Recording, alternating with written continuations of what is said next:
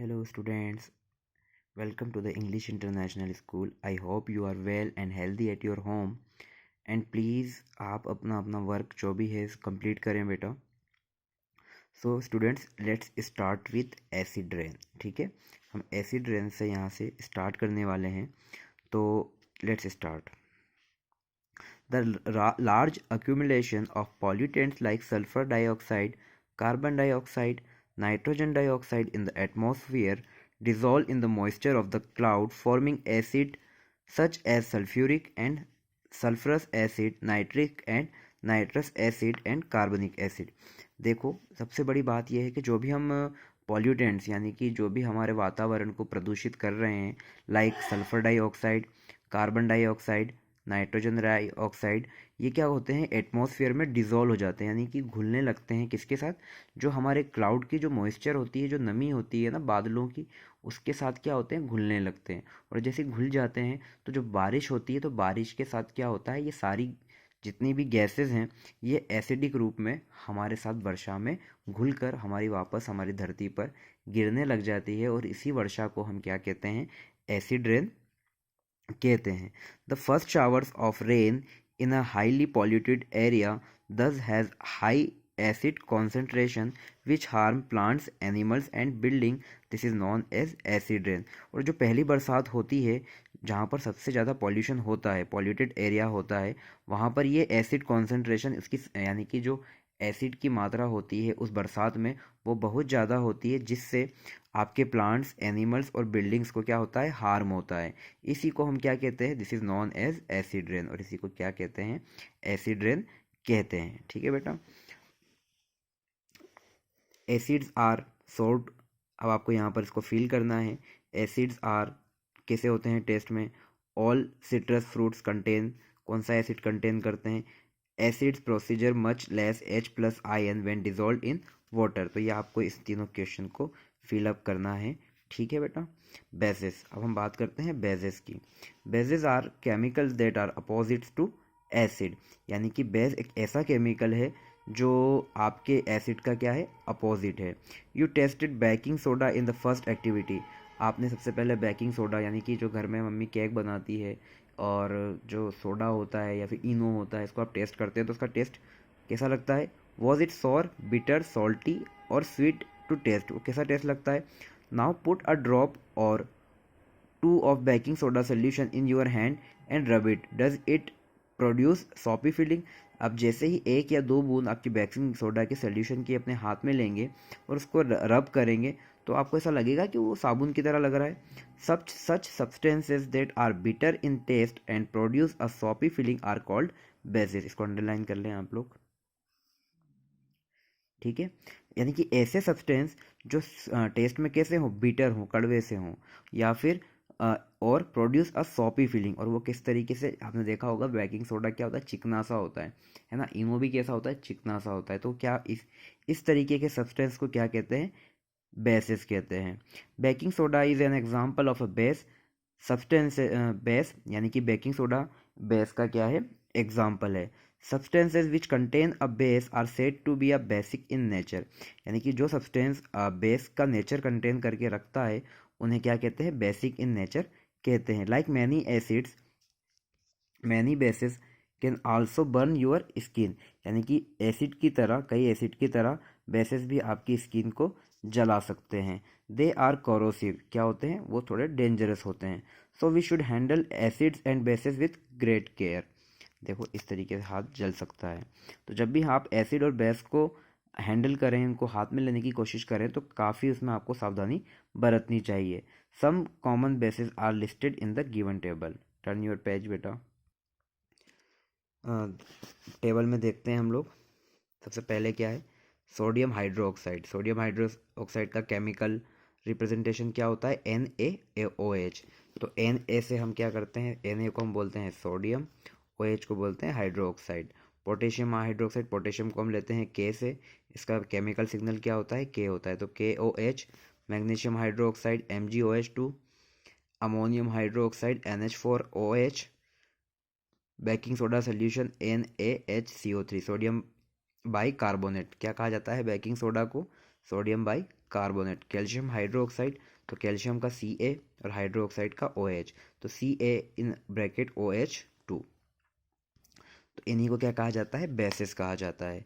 अब बात करते हैं हम इंडिकेटर्स का। तो बेसिस के हम इंडिकेटर कैसे लेंगे और एसिड के इंडिकेटर्स को हम किस तरीके से क्लासीफाई करेंगे, let's discuss. We have tried to classify substances into acids and bases on their basis of their taste. हमने अभी तक सब्सटेंस जो भी एसिड और बेसिस सब्सटेंसेस थे उनको उनके टेस्ट के अकॉर्डिंग उनको क्लासीफाई किया, उनको वर्गीकृत किया है। लेकिन अब हम बात करते हैं उनका इंडिकेटर्स के according. However it is not possible to test every substance, और ये हमेशा पॉसिबल तो है नहीं कि हर सब्सटेंस को हर चीज़ को आप टेस्ट कर सकें। प्रॉब्लम भी हो सकती है, आप HCl को टेस्ट करेंगे तो ज़बान ही जल जाएगी, यानी इवन आप उसको हाथ में लेंगे तो हाथ ही जल जाएगा। तो कई चीज़ें ऐसी होती है जिनको हम छू नहीं सकते, ना ही टेस्ट कर सकते हैं। Then how to know if the given substance is an acid or base, यानी कि फिर हम कैसे जानेंगे कि बिना टेस्ट किए कैसे जानेंगे कि हम जो भी चीज़ हम कैसे पहचान करेंगे कि वो एसिड है या फिर बेस है। To test if given substance is acidic और basic, special kind of substance are used, such substances are called indicators. यानी कि किसी सब्सटेंस की पहचान करना है कि वो एसिड है या बेस है, इसीलिए उसमें आपको यूज़ करने के लिए उसको क्या किया जाता है, कुछ सब्सटेंस का यूज़ किया जाता है, उसे क्या कहते हैं, इंडिकेटर्स कहते हैं। The indicators used for identifying an acid और a base are called also called acid base indicator. यानी कि जो चीज़ें, जो इंडिकेटर्स आपके एसिड और बेस के पहचान करने के लिए होते हैं उनको क्या कहते हैं, एसिड बेस इंडिकेटर्स कहते हैं। An indicator may be defined as substance that changes its color when added to an acid or base is called acid base indicator or simplify as an indicator। यानी कि indicator को हम कैसे define करें कि उसके अंदर अगर एसिड या बेस डालें तो वो पर्टिकुलर एक कलर चेंज करें। जैसे हम आगे डिस्कस करने वाले हैं कि आप लिटमस पेपर हुआ या टर्मरिक हुआ या फिर आपका एक और चाइना रोज़ हुआ, उसके ऊपर हम एसिड और बेस को डालेंगे तो ऑटोमेटिक अपने आप कलर चेंज करने लग जाएंगे। तो इन्हीं सब्सटेंसेस को हम क्या कहेंगे, इंडिकेटर्स कहेंगे। There are many indicators available but the naturally occurring are turmeric यानी हल्दी, यानी कि टर्मरिक पे भी आप इनके कलर डालेंगे तो आपको उसमें कुछ ना कुछ कलर में डिफरेंस दिखेगा। तो turmeric, litmus paper, China rose petals, गुधाल का पौधा देखा है ना आपने, गुधाल का, वही चाइना रोज पेटल्स कहलाता है, ठीक है। रेड कैबेज जूस, यानी कि आपके जो लाल पत्ता गोभी का जो जूस होता है वो भी इसका क्या होता है, इंडिकेटर के रूप में यूज़ होता है। The commonly used indicators available commercially in the market are phenolphthalein, litmus, methyl orange. यानी कि जो आपके इसमें मार्केट में जो कमर्शियली जो मार्केट में इंडिकेटर्स मिल जाते हैं वो होता है फिनोफ्थिलिन, यानी इसको नेफ्था कहा जाता है। लिटमस पेपर भी आपको मार्केट में मिल जाता है, और मिथाइल ऑरेंज जो थोड़ा सा क्या होता है कि मिलना मुश्किल होता है, लेकिन ये दोनों चीज़ें आपको मिल सकती है। We describe this in the following section. Litmus as an acid base indicator. Litmus is a natural dye, it is extract from lichens. यानी कि लिटमस एक नेचुरल डाई होता है जो किससे मिलता है, हमें लीचन्स से मिलता है। It in distil water neutral medium, its colour is purple. यानी कि जो बिल्कुल डिस्टिल वाटर में इसका कलर कैसा होता है, बिल्कुल पर्पल होता है। इन एसिडिक सोल्यूशन, अब जैसे ही हम इसके अंदर एसिड मिलाएंगे तो इसका कलर क्या हो जाएगा, बिल्कुल रेड हो जाएगा। यानी कि अगर एसिड डाला है तो आपका लिटमस का कलर कैसा हो जाएगा, रेड हो जाएगा। और अगर उसके अंदर हम इन बेसिक सोल्यूशन डालेंगे तो उसका कलर क्या हो जाएगा, ब्लू हो जाएगा, ठीक है,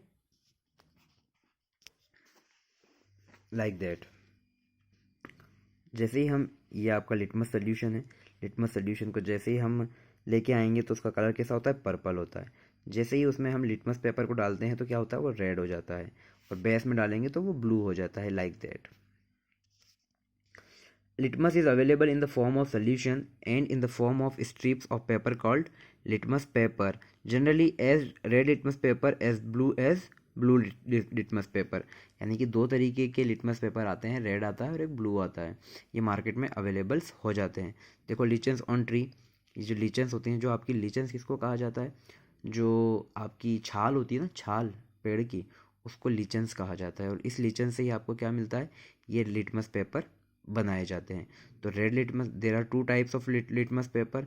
the first one is red litmus paper and the second one is blue litmus paper. Okay, to verify the use of litmus for testing acids and bases, perform the following activity. देखते हैं हम इसको, बिल्कुल activity को हम follow करते हैं। Aim, to test the acidic और basic nature of the given solutions using litmus as the indicator.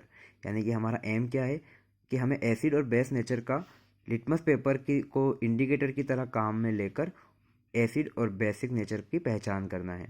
Material required, blue litmus paper, red litmus paper, given solution droppers. यानी कि हमें क्या क्या चीज़ें चाहिए होंगी, blue litmus paper, red litmus paper और गिवन सोल्यूशन ड्रॉपर। यानी कि ड्रॉप करने के लिए हमें सोल्यूशन ड्रॉप करने के लिए ड्रॉपर्स चाहिए होंगे और सोल्यूशन चाहिए होगा, ब्लू लिटमस पेपर चाहिए, रेड लिटमस पेपर चाहिए। Procedure, proceed as follows. Take all the given solution in the labelled test tube. जो भी आपको सोल्यूशन दिया गया है उसके ऊपर आप बीकर पर लेबल लगा लीजिए। स्टार्ट फ्रॉम फर्स्ट सोल्यूशन, पहले सोल्यूशन से स्टार्ट करना है आपको। Take one small piece each of blue and red litmus papers. और हर आपको क्या करना है, ब्लू और लिटमस पेपर का छोटा छोटा से टुकड़े लेकर उसके अंदर सोल्यूशन के अंदर डुबोने हैं और डुबोकर ये देखना है कि उनका कलर किस तरह से चेंज हो रहा है। और अगर जैसा भी आपको ऑब्जर्वेशन मिल रहा है उसको आप एक पेपर पर नोट डाउन कर लीजिए और नोट डाउन करने के बाद keep the solution for further work. यानी कि सोल्यूशन को क्या करें आप, फर्दर वर्क के लिए रख दें। और repeat the same for all the solution. यानी कि आपने एक सोल्यूशन है आपके सामने लाइक दैट, उसके अंदर आपने पहले रेड वाला लिटमस पेपर डुबोया। अगर रेड वाला डुबोया वो नीला हो गया तो क्या होगा, वो एसिड है। और नीले वाले को रेड हो गया तो बेसिस क्या करेगा, रेड को ब्लू कर देगा। तो इस तरीके से आपको सारी ऑब्जर्वेशंस लेनी है। और इस तरीके से टेबल में जिस तरीके से लेमन जूस होता है, ब्लू लिटमस पेपर को क्या कर देगा, रेड कर देगा, और रेड लिटमस पेपर में नो चेंज होगा। ठीक है, इस तरीके से ये जब हम इसको क्लासेस में करते हैं तो आपको टेप वाटर में क्या रहेगा, नो चेंज होगा, डिस्टिल वाटर में भी नो चेंज, विनेगर में, आंवला जूस में, अमोनियम हाइड्रोक्साइड में, ये सब कुछ कलर चेंज हो जाएंगे। ठीक है बेटा। कंक्लूजन्स, हम डायरेक्ट कंक्लूजन पे बात करते हैं। ये टेबल हम हैं जो हम इसको फिल कर लेंगे। Acids, acidic substance from turn blue litmus to red and have no effect on red litmus. तो एसिड्स और acidic substance blue litmus paper को क्या कर देते हैं, रेड कर देते हैं, और रेड लिटमस पर कोई इफेक्ट नहीं करते। रेड का रेड ही रहेगा, लेकिन ब्लू लिटमस पेपर को एसिड क्या कर देता है, ब्लू से रेड कर देता है। Basic substances turn red litmus paper to blue and have no effect on blue litmus.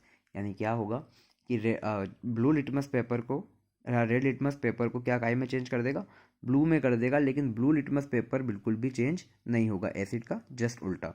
Neutral solution substances have no effect on the both blue and red litmus paper.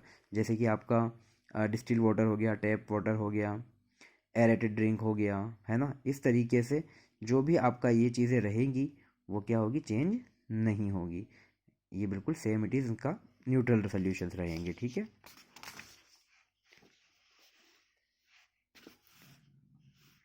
Turmeric as N